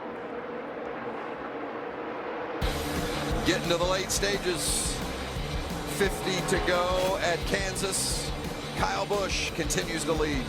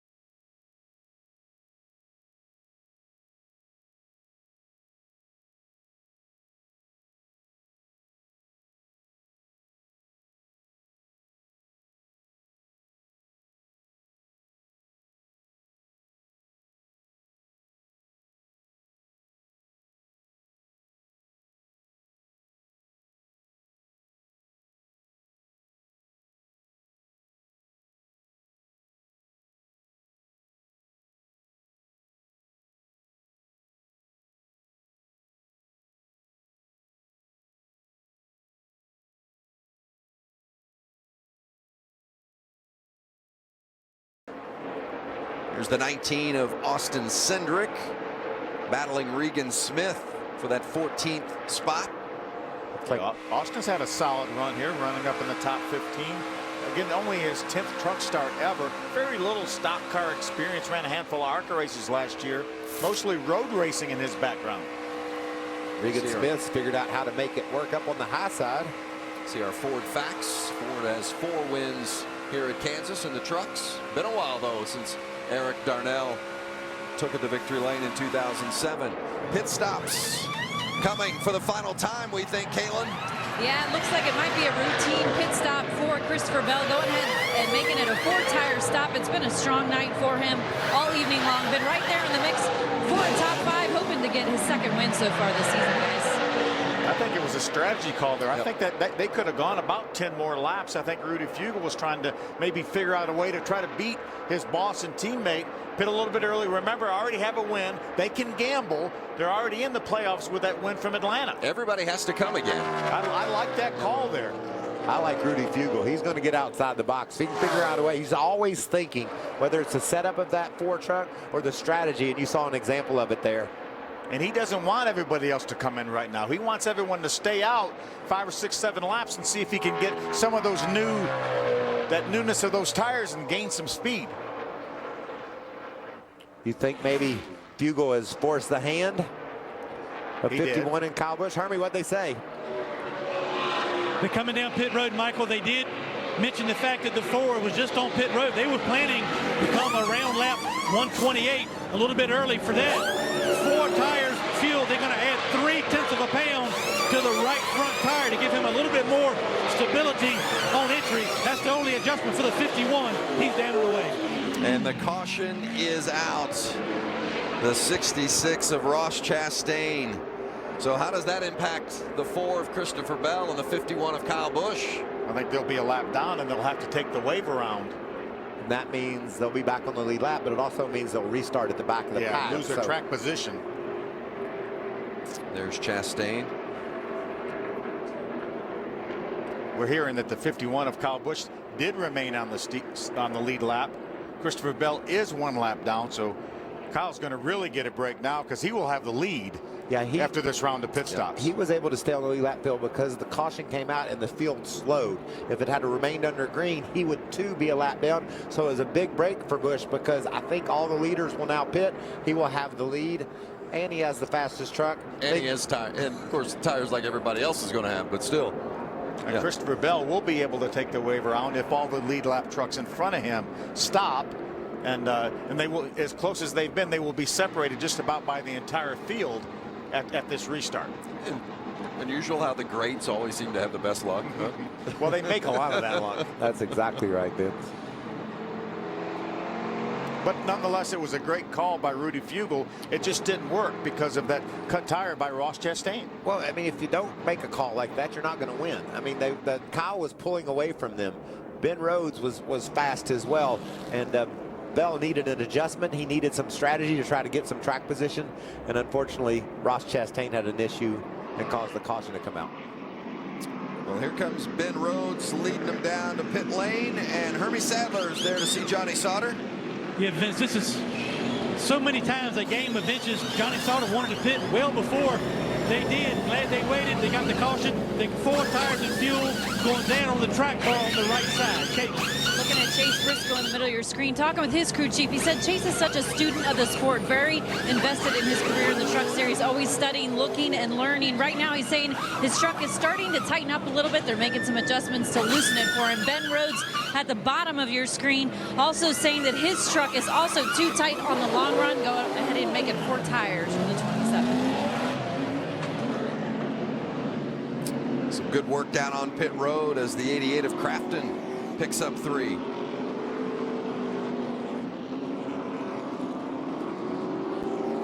We don't see the 51 because the 51 pitted under green. He will be our leader when we restart this race. And we don't see the 4. He will take the free pass and get back on the lead lap, but he'll be at the tail of the field. Problems for the 21 of Sauter. Look at the tire carrier trying to get both those tires back to the pit, and that tire somewhat gets away from the crew member.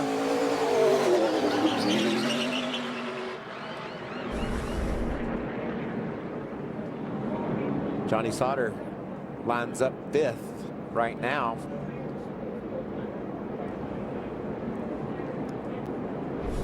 Here's why we're under caution. The 66 of Ross Chastain into the wall. You see the little bit of puff of smoke there. That right front tire went down. Ross was running up high.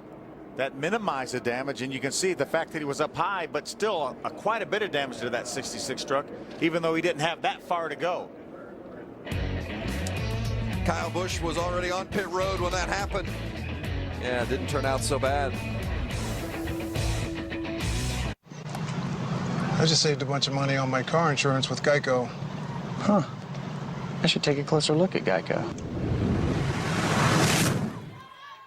Geico can help with way more than car insurance. Boats, homes, motorcycles, even umbrella coverage. This guy's gonna wish he brought his umbrella. Fire at will! How'd you know the guy's name is Will? Yeah. It's an expression, you know, fire at will. You never heard of that? Oh, there goes Will. Bye, Will. That's not his name. Take a closer look at Geico. Great savings and a whole lot more. Whether you work hard or play harder, now is the time to buy a new Polaris. Every ATV and side-by-side in the world's best-selling lineup is priced to move during the Polaris Spring Sales Event. Get started at Polaris.com. Introducing McDonald's new signature crafted recipes, like the sweet barbecue bacon sandwich, tangy barbecue sauce made with sweet onions, thick cut applewood smoked bacon, and topped with crispy golden onions on chicken or seared beef. May 20th, the Monster Energy All-Star Race. Let's see who wins $1 million. The biggest stars. Stock car racing's greatest drivers square off. The fastest cars. Green flag. And $1 million on the line. 3 wide. One of the most celebrated nights in NASCAR. A full night of racing starting at 4:30 Eastern. The Monster Energy All-Star Race. May 20th on FS1. Allergy congestion makes you feel trapped. Break through with Allegra D 5-in-1 Relief. It works fast, has a non-drowsy antihistamine, and a powerful decongestant. Break through allergy congestion with Allegra D. If you're searching for something to finally relieve your pain, now's the time for lidocaine. Icy Hot lidocaine. This powerful anesthetic penetrates quickly to desensitize aggravated nerves with the max-strength lidocaine available. Lidocaine your pain with Icy Hot lidocaine. 2,000 hours of programming, check. Thousands of on-demand shows and movies, check. Awesome apps like Game Finder and Pandora, check. How do you pack apps? The Hopper whole home DVR from Dish. The Dish Move-In deal makes moving free and easy. They can even help mount your TV. FYI, I've been done for like 10 minutes. Well, that box is crooked. Which one? That one. All new.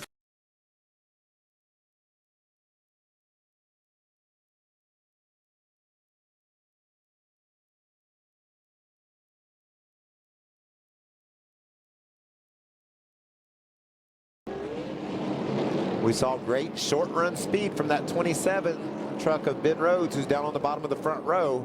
Be interesting to see if he can do it again. I don't feel good about this restart because I got to figure out which gear to restart in. I did that last time in first gear and he still got me, but I listened to his RPM and it sounds like he's in first gear. So I don't know what is better, first or second here. We got about 2 seconds to figure it out.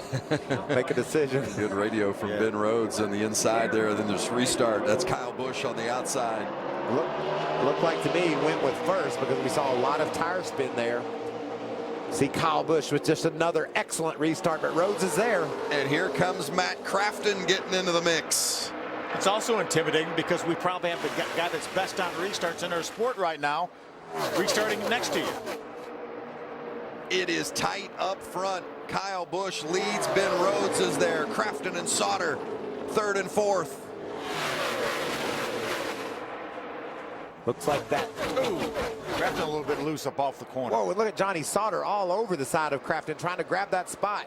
John Hunter Nemechek right there, going to make it 3 wide. Thought about it. Now going to pull upside alongside Johnny Sauter. Chase Briscoe add his name to the list of competitors for a top 5 position. Meanwhile, at the front, it's Kyle Busch leading Ben Rhodes. Remember, Christopher Bell, who's been up front tonight for 38 laps, has led this race for 38 and has run up front all night long. Got caught on some pit stop strategy, and he had to start at the back of the pack on this restart. So he's got work to do as we watch from the window of the 8, John Hunter Nemechek. Near miss for Crafton into the outside wall, had to back out of the gas. Gave Sauter a nice run. There's Kaz Grala racing side by side with his 18-year-old buddy, Justin Haley. Oh, Matt Crafton.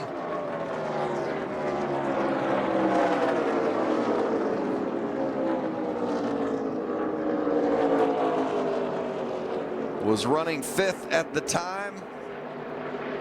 Doesn't look like he hit anything. No. I'm sure sometimes when you get in that grass, it will really tear up the truck, but it looked to be significant damage there at all. And that's the last new set of tires he had when he put on during this most recent caution flag. But I'm not sure he would have flat spotted him because he spent so little time sideways on the racetrack. He got in the grass pretty quick. And I think it couldn't be good for him, though, that slide that he did.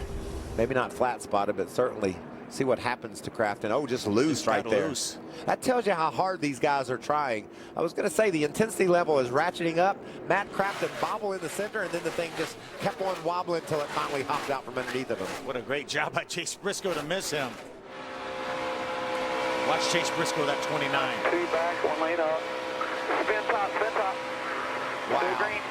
Yellow is out, yellow's out. That's just awesome driving by Chase Briscoe. The same thing we saw from Cody Coughlin earlier. Guys just making those decisions at 150, 60 miles an hour and making the right decision. It's going to be a break for Christopher Bell. He had moved his way up into the 10th spot. Now he's going to be able to have another restart. Yeah, bunches that field up. Yeah, absolutely. More on the 88 of Crafton, Caitlin. Yeah, Matt just said on the radio, well, it's too free if you didn't notice. It's very unpredictable. So Crew Chief Junior Joyner saying we'll bring down pit road, put some scuffed tires on it, has about 12 to 13 laps on those tires. I like that. I just don't like that long slide at 170 miles an hour. That thing was loose on those tires anyway, so I think another set will help that situation. That wreck, Vince, happened over in the middle of turns 3 and 4 with the first little bobble, and Matt tried to ride it out, and it wasn't until off turn 4 that it finally got away from him. Yeah, they can also look at those tires, and if they're not flat spotted, they have the option of putting them back on. And the guys have talked about the tires. They held on pretty well anyway, so if you only got 12 laps on them, it's not a huge drop for them. I think Matt's probably saying, I don't like these tires. They made me spin out. Yeah, put those scuffs on. Give me anything. Laps. Give me anything else. So Crafton's going to bring it to pit lane, and he's not alone. The 19 of Austin Cindric is there as well, Hermie. Yeah, Vince, the 19 actually tried to put a little bit of strategy. They came in and put stickers on last time, went back on the racetrack, came back down pit road, put 11 lap scuffs back on this truck, saving a set of stickers for later on. Right now, he's a little bit too loose. They're going to put a spring rubber in the left rear. That's what they're working on right now, but they still have a set of stickers in the 19 pit, Caitlin.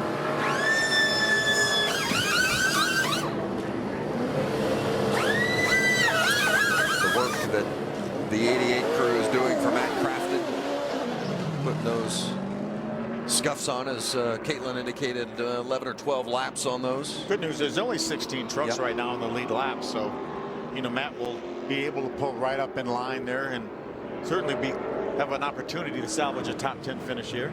You see Junior right now and his guys taking a look at those.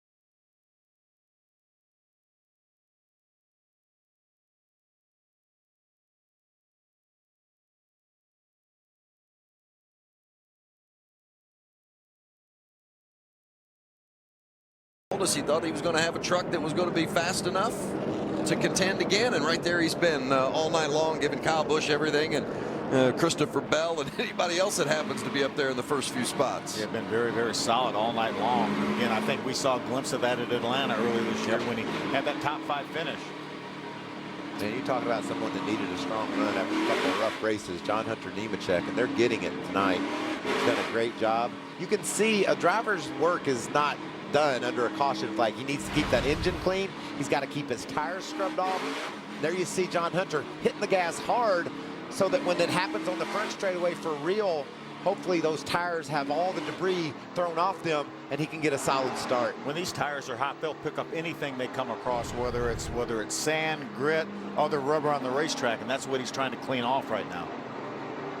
Good look inside the truck of Christopher Bell.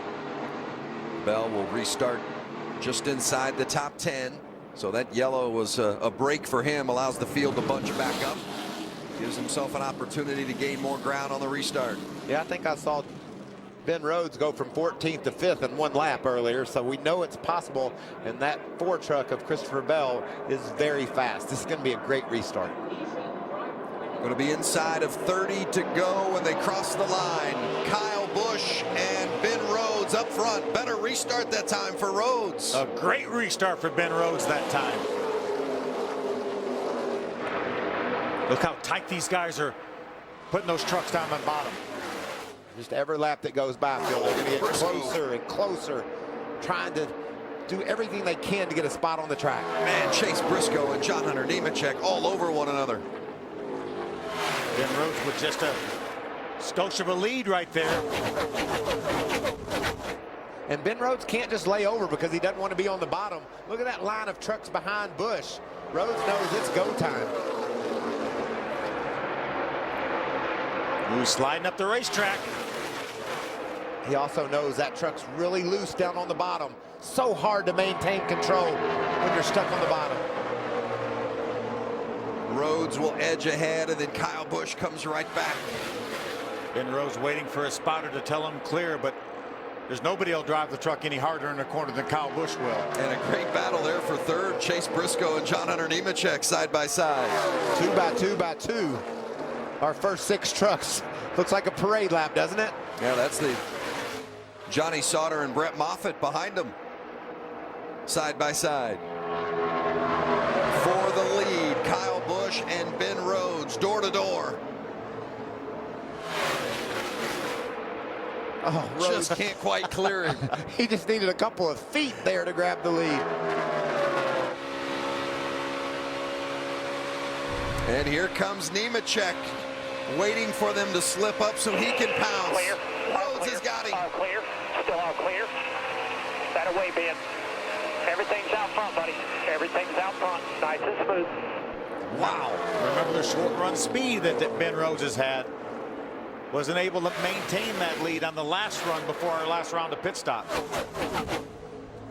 What a great drive by Ben Rhodes tonight. It's not done, but he has made a statement with his performance here this evening.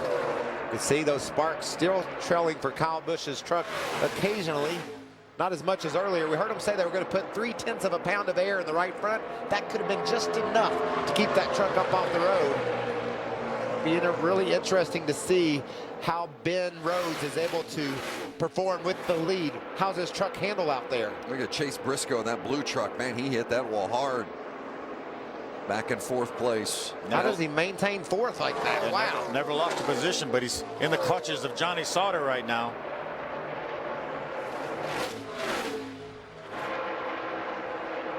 Sauter finished stage 1 in 3rd place and was 5th in stage 2.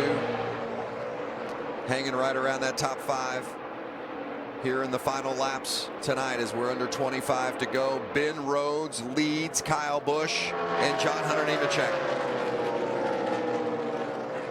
Well, these are going to be a long 23 laps for Ben Rhodes. That's right. The 20-year-old from Louisville, Kentucky is in a position to do something that very few have ever been able to do. Just race Kyle Busch head to head and take him down. Right now, give Rhodes the advantage. Ben Rhodes has never won a race in the Truck Series. Kyle Busch, Cup Series champion, 46-time winner in the trucks. He's won a few Xfinity races too. Yep. Yeah. In fact, 4 of them right here at Kansas Speedway. And Ben Rhodes trying to hold off Kyle Busch. You can see John Hunter Nemechek in that black and yellow truck there in 3rd. He's lurking. These two get to racing side by side. John Hunter can make it 3 wide. Infinger slow. Did he get into the wall? Got loose. Saw him sideways up in the corner. Kaz Gralla drops by on the inside. Put Kaz up to the 12th position. Been an eventful night for Infinger. He got into the wall at what, about lap 11 or 12 and brought out the yellow. Then led for 13 laps tonight. Was running inside the top 10 when he just had to pull up there.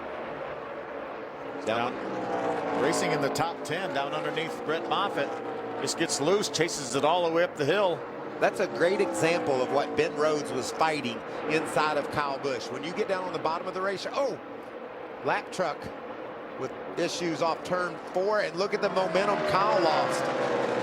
Camping World 20 to go here at Kansas. And Ben Rhodes leads as John Hunter Nemechek takes second from Kyle Busch. I think that's the best thing that could have happened, but it looks like Kyle's going to drive right back by John Hunter Nemechek.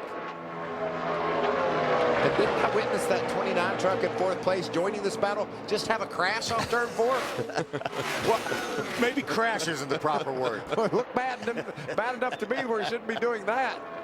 Watch this as the lap truck is in the middle of the track, and Ben Rhodes is able just to sneak by, but Kyle Busch couldn't keep the gas down, lost his momentum. That was the 50 of Cody Ware. So Kyle Busch gets second place back from Nemechek. It cost him about a half a second in time. They're all chasing Ben Rhodes. He's has a second advantage over Kyle. And he's breathing now. With Kyle Busch all over his tailgate, that was some intense racing. Now he's got a chance to relax, really feel what his truck's doing. But I guarantee you, Kyle will be back to his tailgate before this race is over. He gained a 1/10 of a second that lap, did Kyle Busch.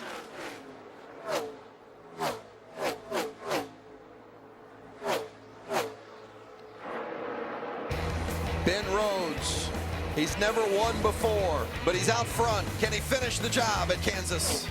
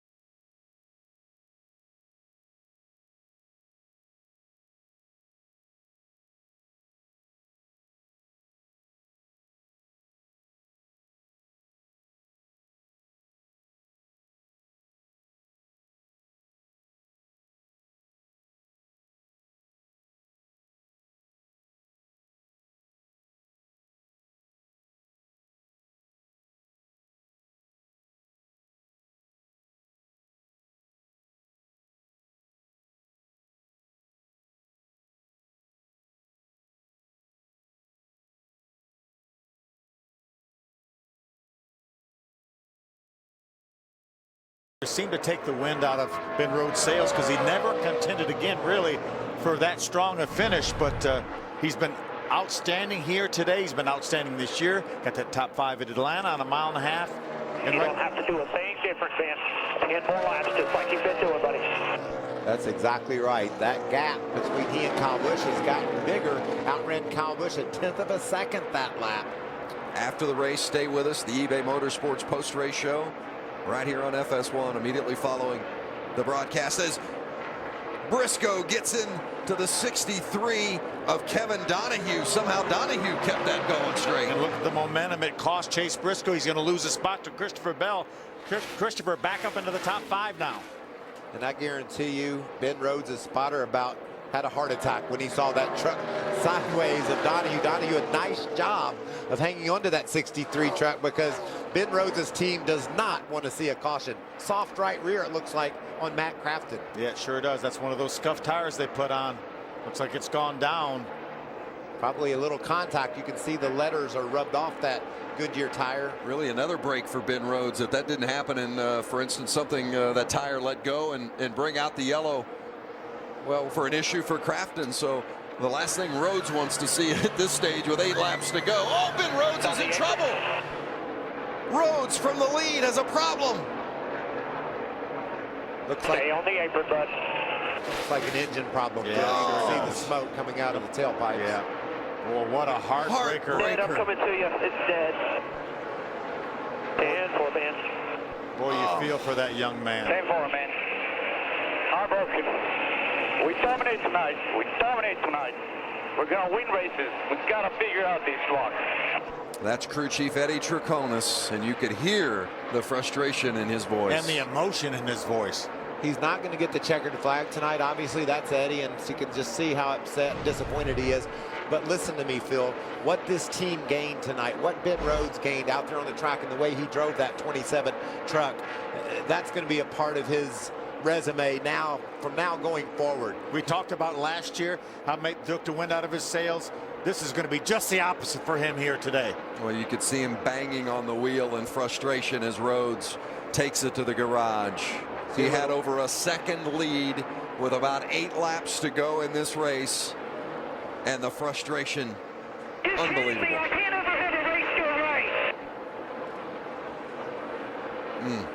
Racing's hard. We've all experienced the highest of highs and the lowest of lows, and some people have experienced both those in one race, and you know, you just can't let it get you down. You have to just focus and be thankful for the opportunity and be extremely happy for the team that you're paired with and the performance that you showed everyone tonight. And Kyle Busch inherits the lead. Busch has led the most laps, and you see the frustration of Rhodes.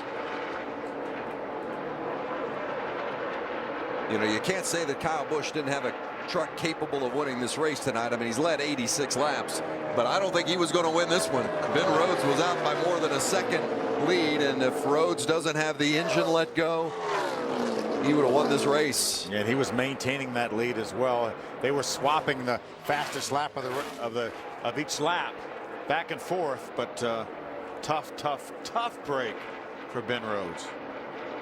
What about these guys? Kaz Grala up to the 8th position. We talked about the teenagers, both of them graduating from high school, both of them 18 years old, and both of them, he and Haley, inside the top 10, going for more. That's Grala around Brett Moffitt trying to grab the 7th position, can't get there. Well, what a run he had down the backstretch and into turn 3. Moffitt held him off. John Hunter Nemechek currently 3rd. It's a battle for their Christopher Bell. We're riding along with Christopher. He's got Nemechek in his sights here. Bell has done a great job marching back. Remember, he got put a lap down. Got back on the lead lap, restarted at the tail, and has driven his way back through, now inside the top 5.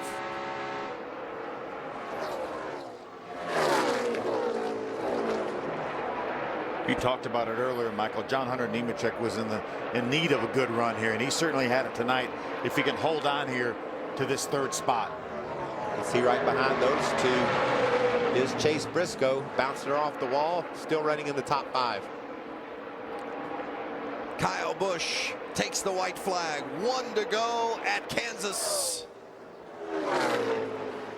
Kyle with a comfortable lead after inheriting the lead from Ben Rhodes, who was on his way to victory when the engine let go and Rhodes had to take it to the garage, and Kyle Busch is going to take it to victory lane.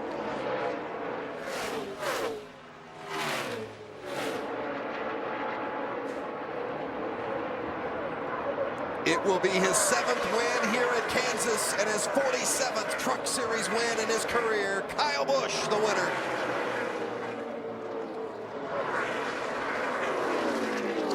Johnny Sauter, John Hunter Nemechek, Christopher Bell, and Chase Briscoe rounding out the top 5.